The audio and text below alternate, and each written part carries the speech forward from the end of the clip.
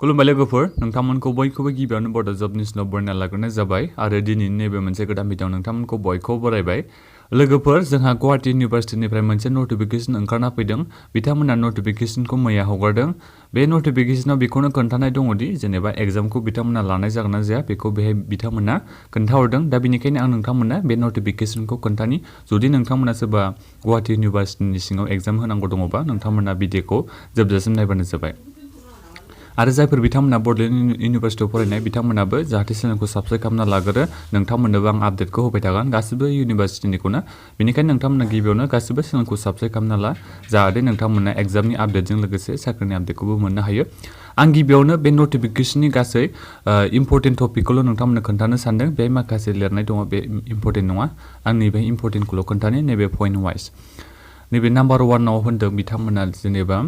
एग्जामखौ पस्टपन खालामनाय जादों होननानै बिथांमोना बुंदों आन्डार ग्रेजुएट पोस्ट ग्रेजुएट एग्जाम दंमोन ना जोंहा जानो गोनां बेखौ पस्टपन खालामनाय जादों होनना बिथांमोना बुंखादों बेखौ बुंखाबाय 1 नाम्बाराव आन्डार ग्रेजुएट होननाय लोगो लोगोथ' मिथिखायो नोंथांमोना जेनेबा बेहाय बिए बिकम गासिबो थाजोब्बाय ओमफ्राय पोस्ट ग्रेजुएटआव जाबाय एमए बिए बिएड बिदि थाजोब्बाय आरो बेहाय नोंथांमोना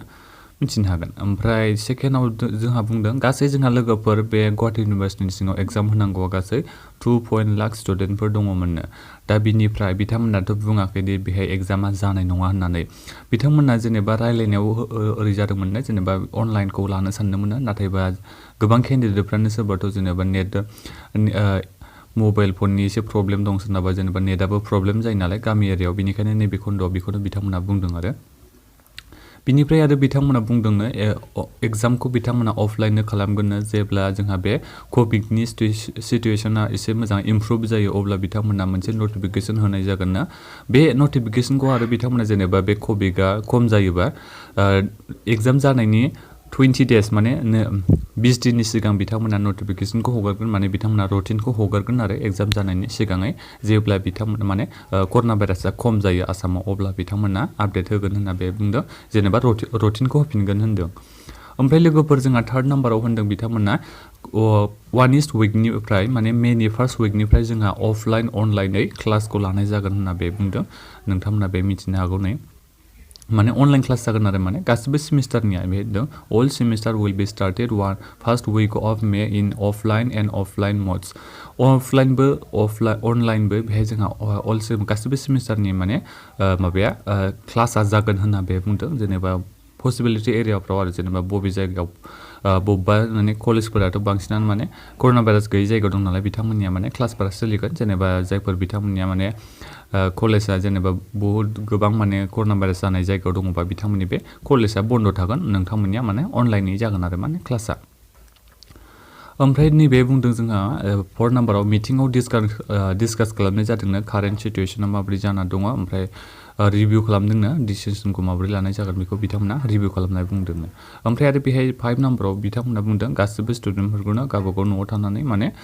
फिजिकेलि मेन्टेलि माने केयार लानो थिनदों आरो गावबागाव माने टेक केयार गावबागावखौ माने सांग्रांथि लाखिनो थाखाय बुंनाय जादों दा बेखिनियावनो बेखौ बुंदों गासै मोनबा पइन्ट बिथांमोना इम्पर्टेन्ट आपडेट होदों प्रेस रिलिज खालामनायाव दा नोंथांमोना साननो नांला अब्ला होमबा जोंहा एग्जामा केन्सेल जाबाय होननानै जोंहा एग्जामा जागोन लोगोफोर जेब्ला जोंहा आसामाव कर'ना भाइरासआ खमायगोन अब्ला बिथांमोना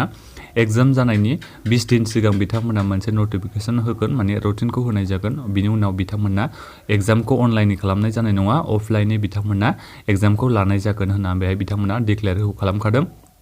दा बेनिखायनो नोंथांमोना गासिबो स्टुडेन्टफ्रा जायफोर बिथांमोना गुवाहाटी इउनिभार्सिटिनि आन्डाराव गोलैयो बिथांमोना मोजाङै दानिफ्रायनो फरायखाबाय थाबानो जाबाय एग्जामाथ' जाखागोनखा बेखौ कम्पालसरि बिथांमोना बुंखादोंआनो दा नोंथांमोना बेनिखायनो गासिबो मोजाङै दानिफ्रायनो प्रिपेरेसनखौ खालामखाबानो जाबाय दा बेनिखायनो बेखिनियावनो आं नोंथांमोननो खोन्थाहरनाय जाबाय भिडिअखौ नोंथांमोना लोगोफोरनो गासिबनोबो शेयार खालामबानो जाबाय आरो बेहाय लोगोफोर आसामिसनि प्रेस रिलिजबो होदों बे इंलिसनिखौनो आसामिसावबो होदों नोंथांमोना जुदि आसामिस फरायनो रोङोबा आसामिसखौबो नायनो हागोन दा बेखिनियानोमोन भिडिअखौ नोंथांमोना अननानै शेयार खालामथारदो ओमफ्राय माबाफोर सोंनांगौ दङबा भिडिअनि कमेन्ट बक्सआव नोंथांमोना कमेन्ट खालामबानो जाबाय आरो आं बड'लेण्ड इउनिभार्सिटिनि बागैबो आं नोंथांमोननो खोन्थाहरगासिनो दङ बेनिखायनो नोंथांमोना चेनेलखौ साबस्क्राइब खालामना ला आरो आं नोंथांमोनखौ गिबियावनो बुंबाय थाखादों साख्रिनि आपडेटखौ मोननो थाखायबो चेनेलखौ साबस्क्राइब खालामबानो जाबाय गोजोन्थों लोगोफोर